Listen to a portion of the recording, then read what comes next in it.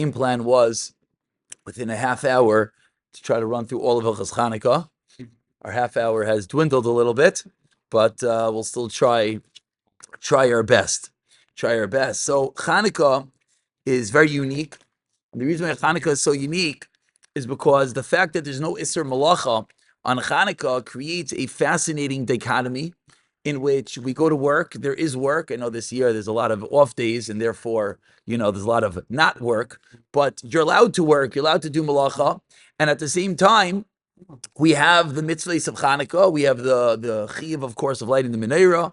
We have the fascinating detail that we're saying Halal Shalem, and you know, and then of course there's the how can we forget the incredible chiyuv of having su'udais and donuts, which of course is the one thing which is not a chiyuv, but if it's done appropriately, it becomes a mitzvah. So it's a very unique thing, and of course there's a lot to be spoken about that maybe Chazal created this way particularly, which is due to the nature of the nace that happened, the type of nace that happened, and it's signifying and bringing us into that within the work, that within the mundane, we still have Hallel, and we still have Menorah, and we still have Persumei Nisa, etc. But that's for, another time. But for now, we're going to try to focus on the simple halachas, and as I've seen over the years, the simple halachas often are not so simple. And the reason they're not so simple is because, we just do the same thing every year. And sometimes we have to stop and realize that maybe we're doing something right and maybe we're doing something wrong. So we'll begin with, we're going to try to go in order. So which means, you begin by Ma'ariv / Hadlakas Neiris, and then we'll go into, Tefilais, etc. Now, whether you daven Ma'ariv first or not is really based on minhagim. There's lots of Torah upon it as well, in which you have different dinim. You have the din of tadir, and you have the chiyuvim that we're not going to get involved in. So what we're going to get involved in is what time one shall light. What time one shall light. And what's fascinating is that in Eretz Yisrael, if anyone has ever been there for Chanukah, there's so much incredible vigilance about lighting at the appropriate time, even it seems, just based on traffic patterns, even the almost not from, when they light the menorah, they're all doing it bizman.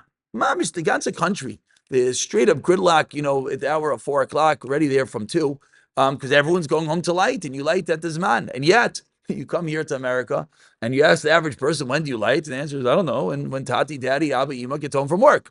And what time is that? I don't know, 5, 6, 7, 8 o'clock at night, or somewhere in between, or whatever time you get home for the Chanukah party, etc. Which is very, very interesting. But it's not one of those things that's just a mistake. And the reason is that the hadlaka that we're doing here in America is very different than the hadlaka that they do in Eretz Yisrael.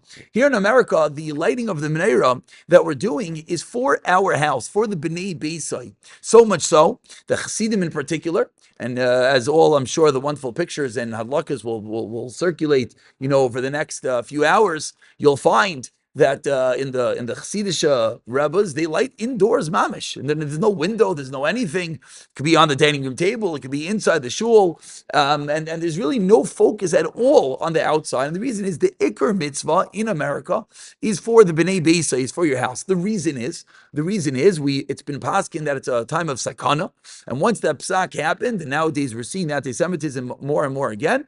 Therefore, the mitzvah took on a little bit of a unique form, which is to light inside, and that's the reason why very, very few people light outside, even in insular neighborhoods, even in places that maybe one would feel, there's really no problem lighting outside, but the psak halach for general is that we light. There are those who follow the minig hagra, even here in America, they still do light outside, but okay, the general population lights indoors. With that ideology, you can now understand if the whole mitzvah is for your family, so when do you light? Well, you light when your family is there. And therefore, when the family is there is the time to light.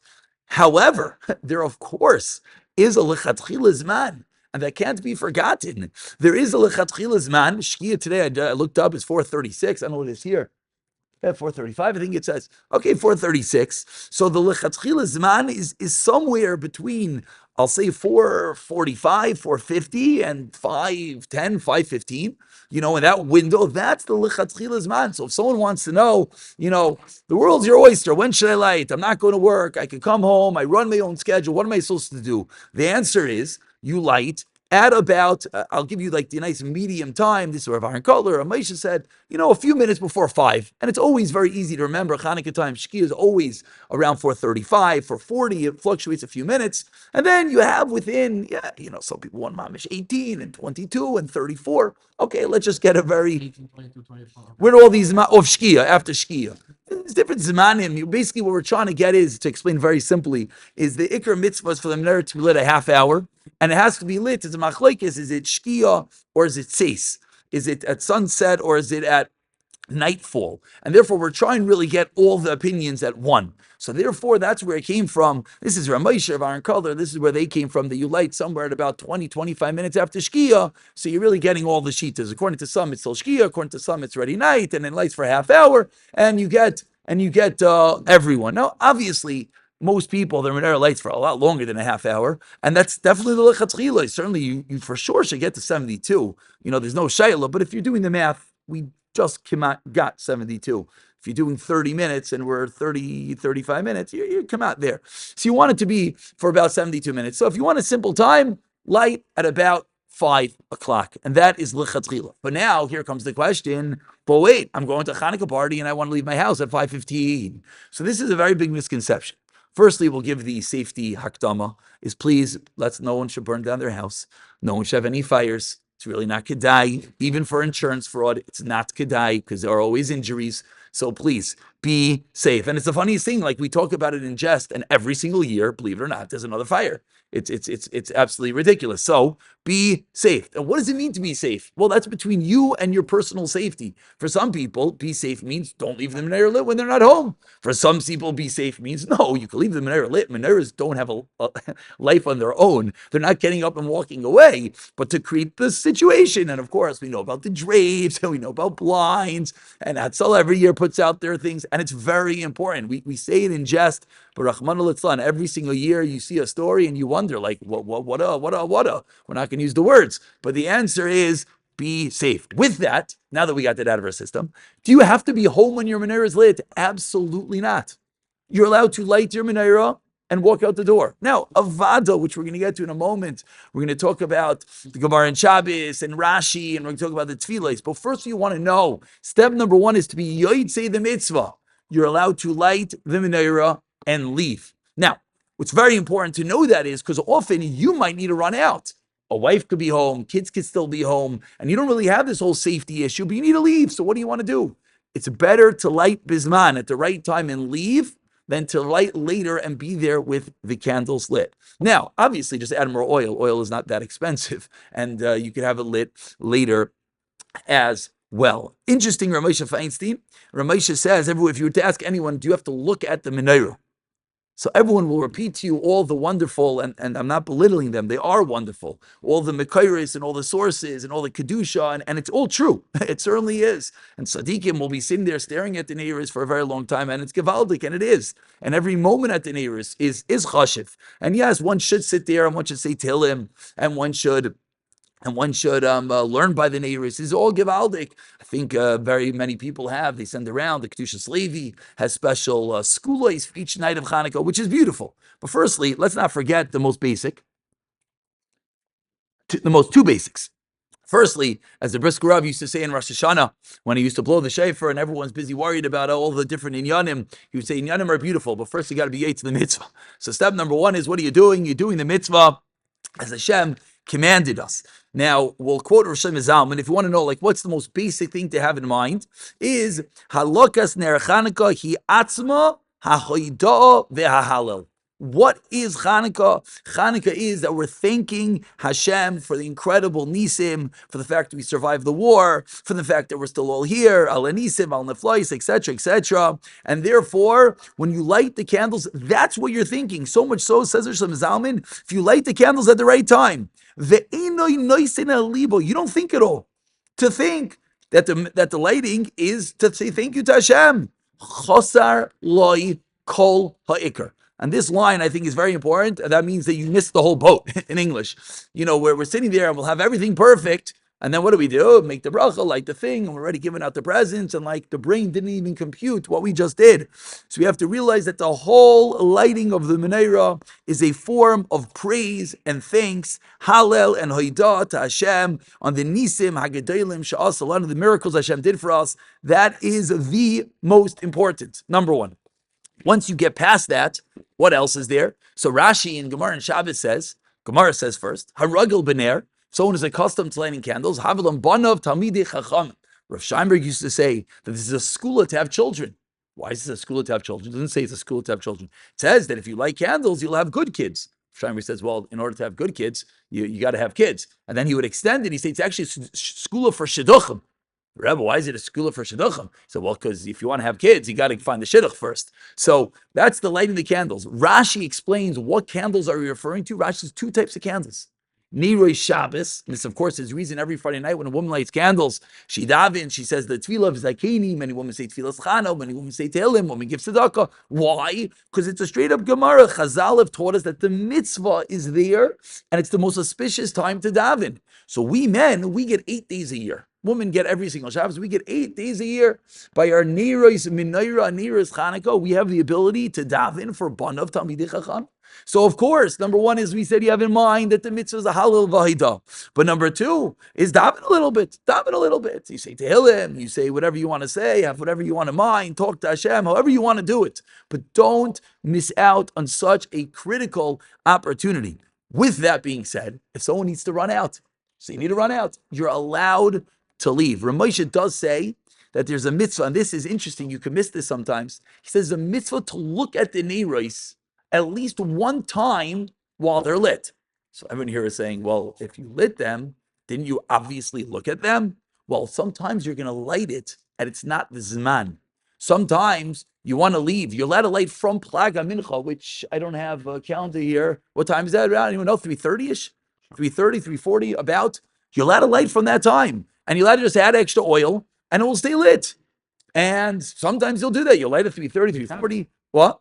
So Erev Shabbos, you could have that. And then maybe you won't be coming home. So there's a mitzvah, says Ramosha Feinstein, to look at the candles. Obviously, we should be doing a lot more. Utilize the mitzvah to daven. Utilize the mitzvah for all these wonderful things. But at least remember that. So again, number one is we light Bizman. Number two is we have in mind that the Ikra mitzvah is a halal vaidah. Number three is we should certainly daven at the time of our lighting, whether it's tehillim, however you want to daven, that's between you and yourself. And then number four is there's a mitzvah to look at the neiros at some level while they are lit during the zman. We don't have time right now. There's actually a whole fascinating sugya. What if you didn't light the menorah and you see a menorah, something called birchas haraya? You can actually make the bracha when you see the menorah, even though you didn't light it. And part of the reason is that the whole Indian here is that there's a mitzvah to see the menorah, which we don't have time to right now. With everything I just said, when do you daven Ma'ariv? So number one, many people have a strong minhag, they daven Ma'ariv before they light, and it's a beautiful thing. And it is. And I'll talk for most of us. I don't think most of us are makbid to daven Ma'ariv, mamish, when it's night outside. We daven at the shkia. That's just what we do. Now, obviously, one should repeat Kriya Shema, because you're certainly not Yetzei Shema, which is a mitzvah deraisa. And that's the reason why many people will not daven Ma'ariv right after shkia, because it's not nighttime. It's not nighttime, and therefore you have to repeat Shema. But if you do that often, which is fine, you should do that. You're allowed to do that as well. It's Chanukah. There's minyanim all over. I'm sure in town there's many, many, many. Daven right at Shkia, right after Shkia, a few minutes after. And then you go, usually you daven Ma'ariv. Ma'ariv takes, 12, 15, 17 minutes. You get home 2-3 minutes. You get home, it's about 20, 22, 23 minutes. You're perfect. You're right at the time. Which means the menorah should really be set up beforehand. It's not the right thing really at this man. Now is the time to start fumfering and starting to, pouring oil and spilling things. Also, it never really works with the kids having a ganza balagan going on over there with the gifts and whatnot, and you're trying to set up your menorah. Doesn't really make for a conducive. And that's usually the reason why by the time we get to light the menorah, Hallel Haidah is out the window. We're just trying to get through the process. Night number 6, the place is going wild and you just want to get that thing lit to move on. And there's 14 parties you have to go to. So prepare beforehand. In case we need extra chizik on the preparation, there are many tzaddikim that don't use the pre-filled oil. Tzaddikim, gedolim, why not? It's perfectly kosher and it's 100% kosher. However, many Mekayres equate your lighting of the menorah too, the Kohen Gadol and the Beis Hamikdash, believe it or not, in the Beis Hamikdash, you are that Kohen Gadol. Now the Kohen Gadol, believe it or not, Hatavas Haneris was an avodah, which is something fascinating to think about it. If the Kohen Gadol, he prepares the Neiris, come on, let him get some little, pardon my French, little loser Kohen that has nothing better to do. Let him come and prepare the Neiris. No, Hatavas Haneris, the preparation of the Neiris is a mitzvah, and therefore many are makbid that they prepare they pour the oil, they spin the wicks, they get their hands nice and dirty because they want to get that chilek of the mitzvah. Is that an obligation? No, it is not an obligation. Is it a beautiful thing to do? Of course it is. Some go as far as the Maril says before B'tikas Chametz, you're supposed to wash your hands until Yadayim. Why? Same way you're supposed to wash your hands before you daven. Why? Because it adds kedusha. Just like the Koyanim wash their hands before they go into the Beis Hamikdash, is because why? It gives kedusha. So too, says the Mishnah Berurah, we're supposed to wash your hands before we walk into a shul. Why? It gives kedusha. So too, before you do any big mitzvah, the Maril talks about b'dikas chametz, many equated over here to Lux Neiros Chanukah. It's a beautiful thing. Again, these are not obligations, but sometimes, what do we have in Chanukah? Let's just be honest. We have shachris in the morning, which sometimes is just too long or too quick or whatever it is. And then we have the menorah, and then we have a lot of parties. That's the whole Chanukah. So if we take the mitzvah, and we elevate it a little bit, add in a little bit to it, realize that it's something chashiv, then maybe you'll actually be able to connect to the Hallel, connect to the Haidah, and actually connect to the Tefillos. So that is the lighting.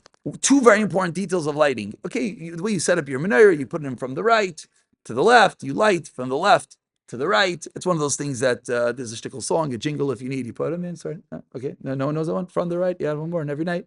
Don't forget when you start. My mother's a preschool teacher. You start to light, you do it from the left to the right. Listen, in my brain, I sing it as they do it. It's the only way I can remember. What should I tell you? But either way, you light to the left to the right. So two things which are important. Firstly, let's enlarge for size. Let's pretend we have a massive menorah over here. It's this big, okay? So I'm standing facing my menorah, so on the wrong side. No, it's okay. It's like in yeshiva, is that what I do on the board? Gishmak. I think we all can visualize it. We're all adults. So here's my menorah. Yeah, I know, not really. Here's our massive menorah, right? So on night number 7, here's 1 and here's 7.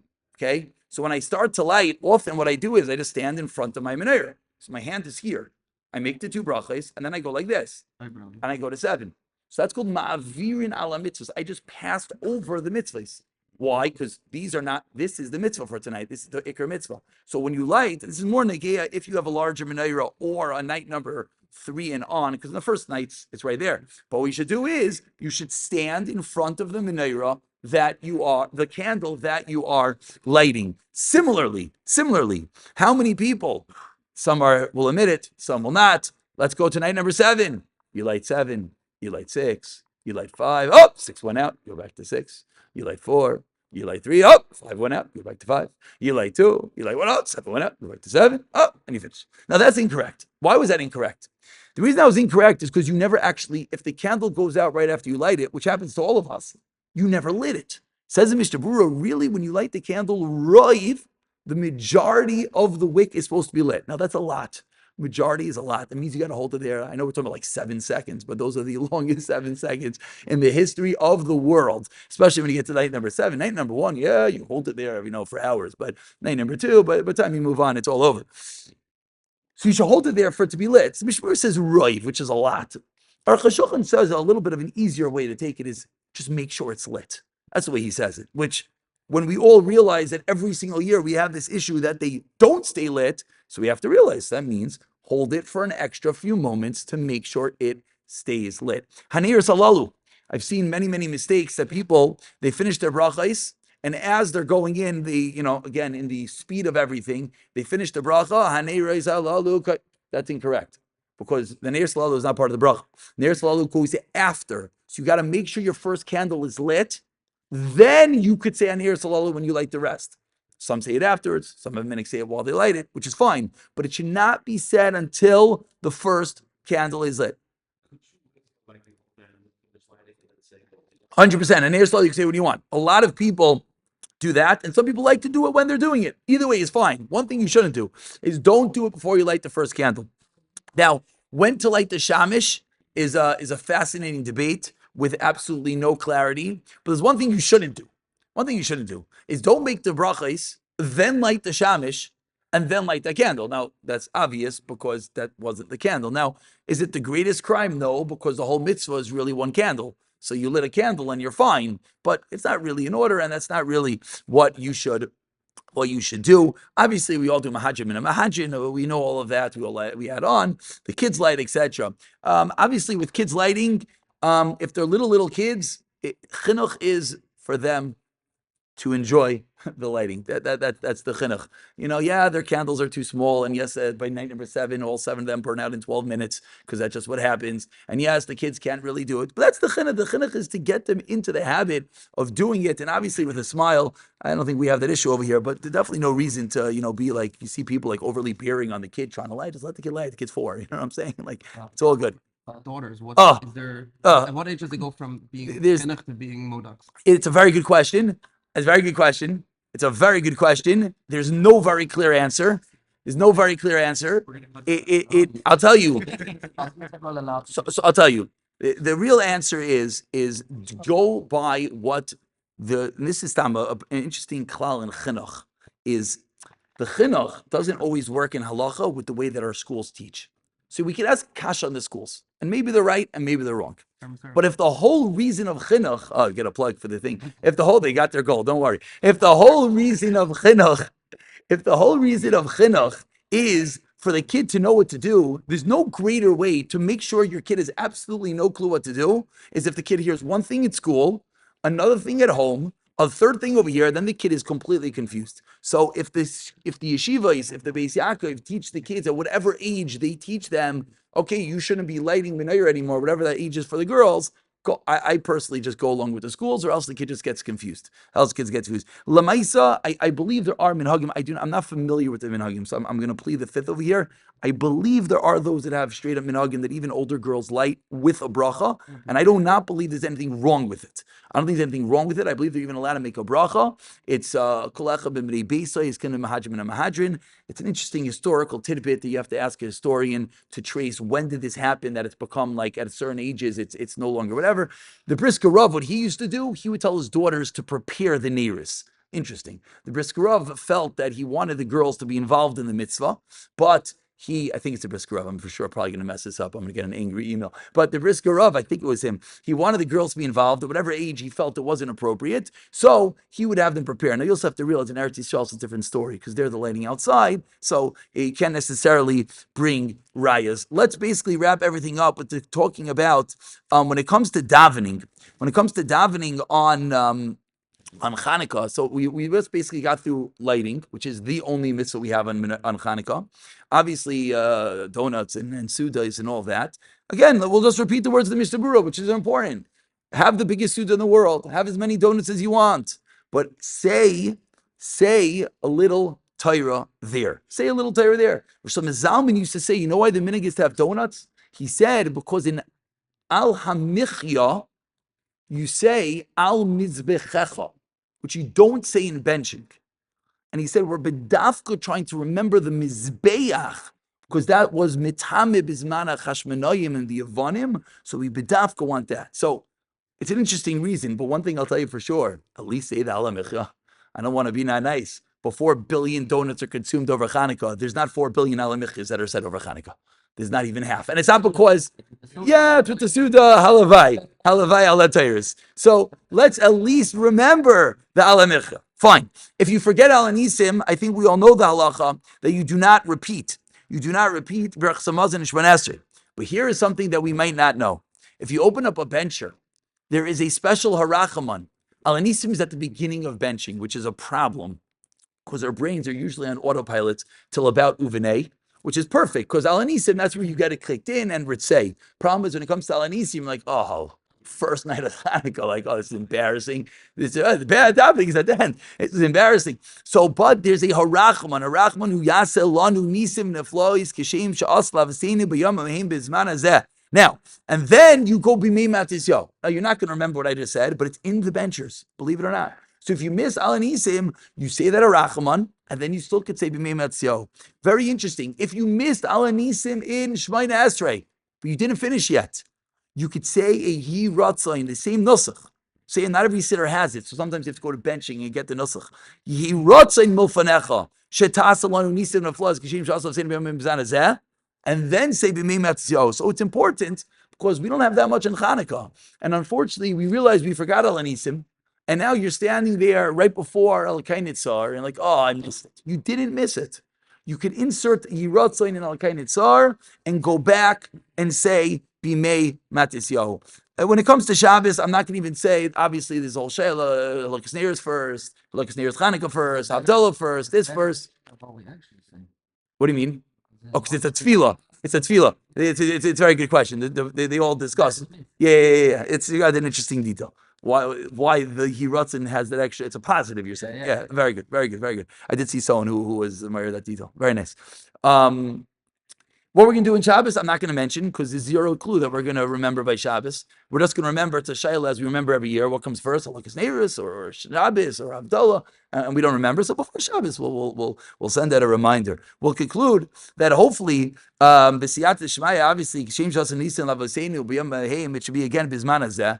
But again, hopefully with a little bit of foresight into the actual mitzvah. Obviously, the amount of planning and preparations that's been going on for weeks for the seudais and the scheduling and the presents, if we take a minute percentage of that, and when we light the menorah, just 3 minutes, it's not that long, 3 minutes, everyone let's just calm down, the kids can eat. We're all so violent. No, you can't eat before lighting. Yes, we shouldn't be eating before lighting. The kids can eat. They can even have the donuts before lighting. Yeah, I know it's a big avera to have the donut before you light. It has to be after you light. Let the kids eat. They're sitting, it ruins the picture. Let the kids eat. They'll sit nice and calm. You'll have a 3 minutes to light your menorah. Maybe wash your hands. Those who Hasidim are going to the mikvah twice today. They went already this morning. They go again before lighting. Mitagartal, the hat, the jacket. Okay, as much as you want. But at least when you light it again, you remember the Hallel, you remember the Haidah. When you light, you hold it there long enough. Maybe you fill up the oil yourself. And Amir Hashem, B'siyat Shmaya, when we combine that with the tefillos that hopefully we will say after we light, the tefillos for Banav Talmid Chachamim, we will all be zeichet to the most incredible thing, nachas from our children, b'siyata d'shmaya, and to be yet to the mitzvah, Mir Hashem. Shkaya.